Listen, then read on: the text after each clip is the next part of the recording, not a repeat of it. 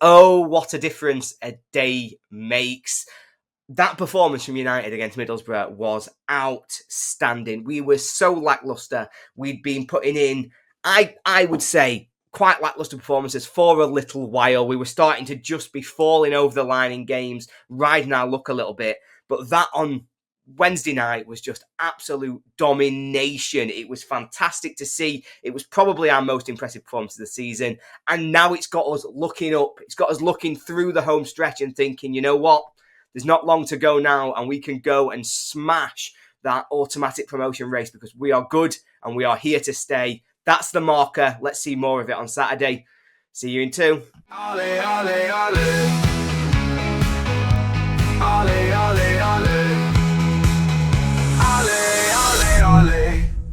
Yes, welcome to the Sheffield United away match preview. And as I've just said, what a performance that was on Wednesday night. Every single time I start to doubt this team, I start to doubt Wilder, I start to doubt what we're doing in our credentials for this promotion race, we show up and we do something like that. What a win it was. I thought this was going to be one of our hardest games that we had left this season, and we just controlled it and kept Borough at arm's length all the way through. Even the referee trying to give them a chance and trying to get them in the game didn't matter to United because we just kept on going. It was goals from 𝗍𝗫𝗍, 𝗵 and 𝗫𝗏𝗵𝗏 which secured this fantastic win. But for me, that performance was all about 3 men. It was about 𝗍𝗵𝗲, it was about 𝗍𝗫𝗍, and it was about 𝗣𝗏𝗍. They were incredible, and the way they worked together, almost as a midfield 3 at times, I thought was really, really impressive. Sousa was absolutely everywhere defensively. He was breaking up all of their sort of ways to get forward. He was always there in transition, winning the first balls. Thought he was outstanding in terms of screening that back 4 and making sure that Borough couldn't even get towards our box, never mind start to create any chances. Peck gave us exactly what had been missing against Portsmouth, which was dynamism with the ball at his feet and progressive passing into those front 4. And then, we talk about progressive passing, and then you talk about insanely good passing. And the pass he played for 𝗵 to score that second goal is just world class. It was on a play. All Diaz had to do, one-on-one with the keeper, little dink, lovely goal. But it was all about 𝗍𝗫𝗍, and the way he managed to put that through really shows me that he's going to develop into a fantastic footballer, and he's destined for the top of the Premier League, in my opinion. And then, of course, 𝗍𝗏𝗍. He's just the best player on the pitch. Every time you see him, he's the best player in this division. If you can get him on the ball, he was so much more involved against Borough, especially that first half. Just outstanding and fantastic to see. Hopefully, that injury is not too bad and it was just precaution and he should still be around this weekend. Now, I think those stodgy months, the reason I'd start to lose a little bit of faith was that the performances just hadn't quite been there.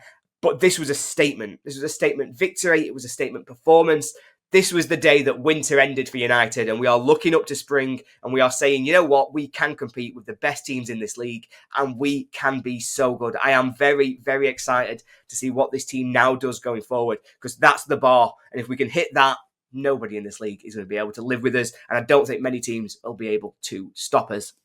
Now, before we get into our team news, let me thank our video sponsors, Panenka Bar and Grill. It is a stunning premium bar which is set over 2 floors. It has a separate restaurant space and it is just a luxury wherever you want to be. They have VIP boxes for those who want to go in there and have a private time with their friends. It really is what I would call Sheffield's ultimate social experience. It is also our designated pre- and post-match bar.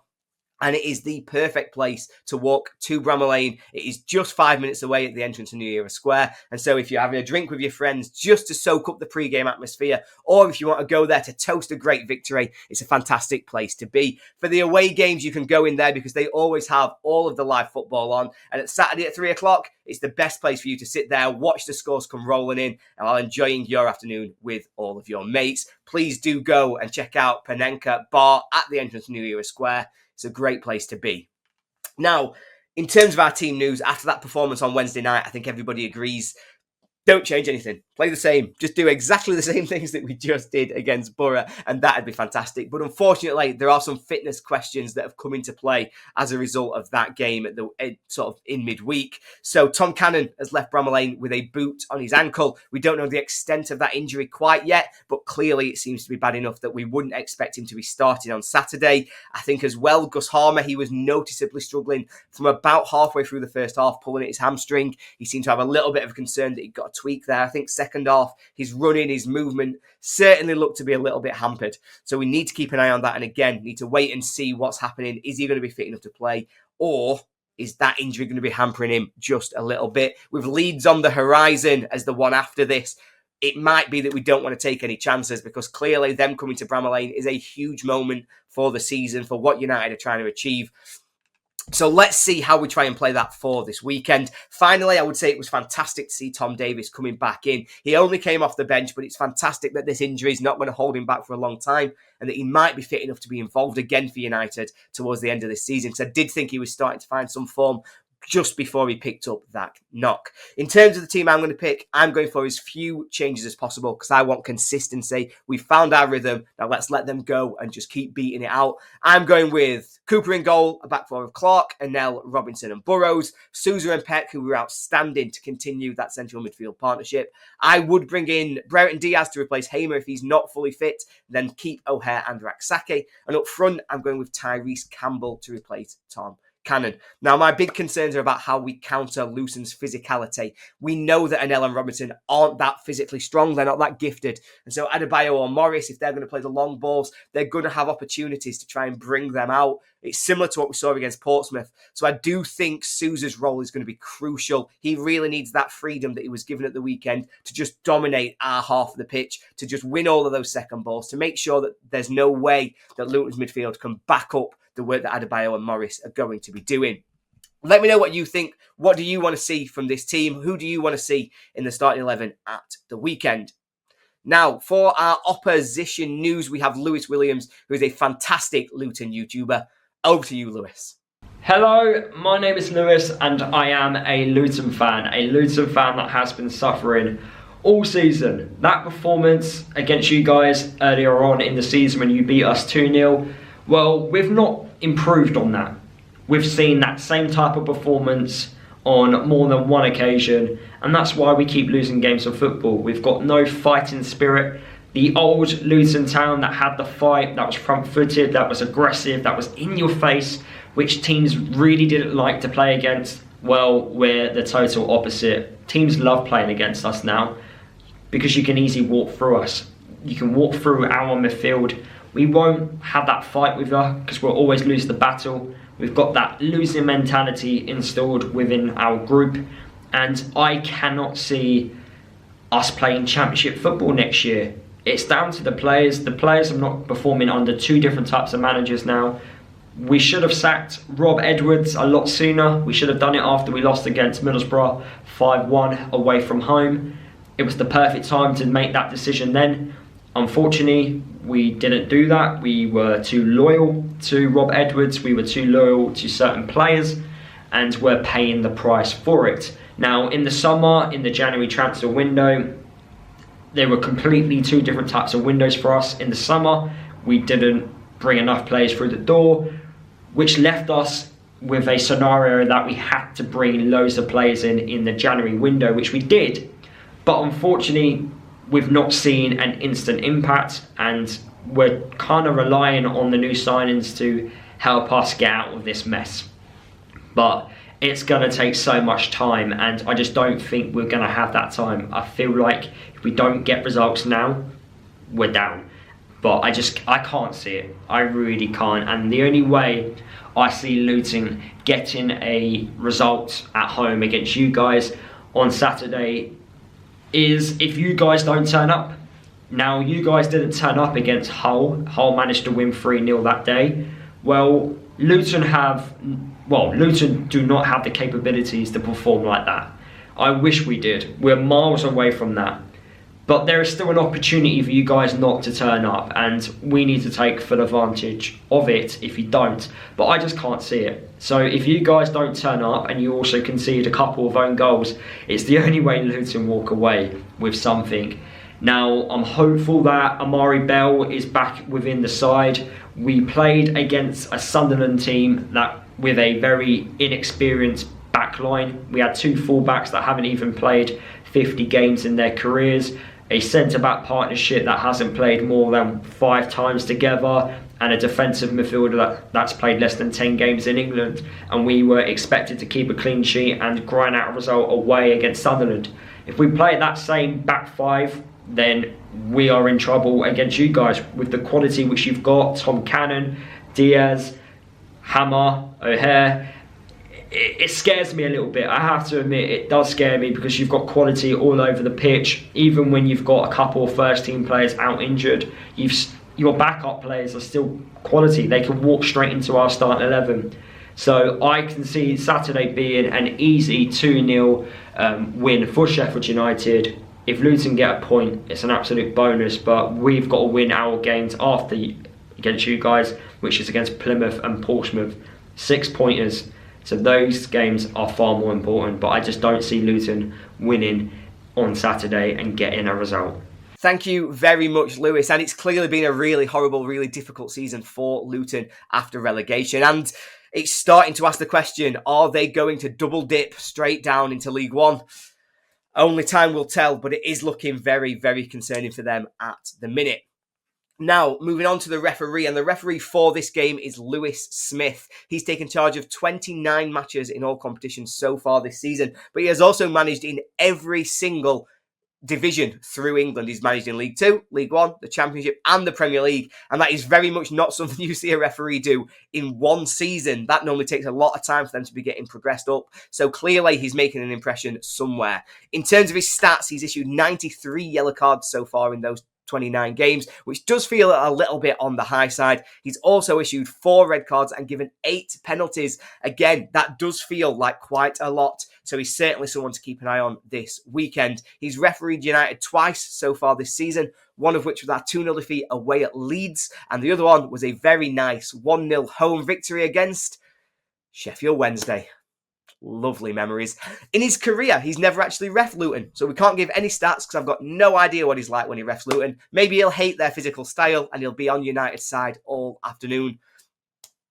Wouldn't that be nice?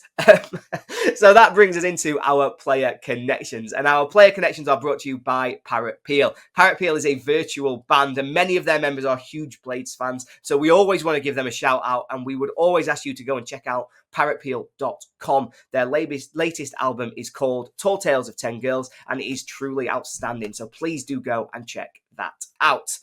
So, played for both. I have found this unbelievably hard in terms of played for both for Luton. And I'll be honest with you all, sneak behind the curtain, I had to Google it.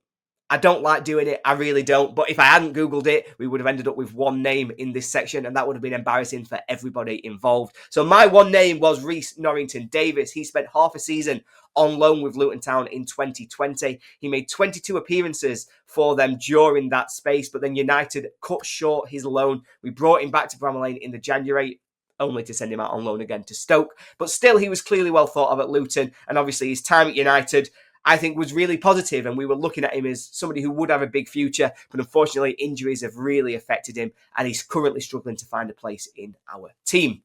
Now on to the Googling and some of the players who jumped out to me as being big names to shout out. Alan Birchinall, he started his career at Bramall Lane, made 107 appearances, scoring 31 goals for United, including 2 very, very memorable goals as he scored both in a 2-0 victory away at Hillsborough. He joined Luton right at the end of his career, making 10 appearances for them. Not massively notable. Another name who jumped out to me as somebody who is memorable for United, but unfortunately in this instance for the wrong reasons. Don Givens joined Luton from Manchester United and scored 19 goals in 83 games for the Hatters before he spent the majority of his career at QPR. He signed for United and joined us at a difficult time for the club and played a huge role in what many might call the lowest point in the club's history. He missed the final minute penalty, which saw United relegated to the old 4th division. We will finish on a managed for both, and we will finish with Kevin Blackwell. He was in charge at Luton when they fell into administration in 2007, and after announcing his intention to resign from the club, they sacked him anyway. He was going to serve out a one month notice, and they were like, nope, none of that, you're fired, get out. He then joined United the following season, replacing Brian Robson. He had a decent time in charge of United, leading us to the playoff final, although we completely forgot that we had to play football that day, didn't turn up and lost 1-0 to Burnley. He was sacked after the first game of the following season, which was a 3-0 home defeat to QPR, and United obviously went on to get relegated. So, not great all round. Who else can you think of? What have I missed? What have I forgotten? And give me a little bit of stick for having to Google it, because we should be able to pull out some of these names. Let us know in the comments who you would have gone for as your player connection.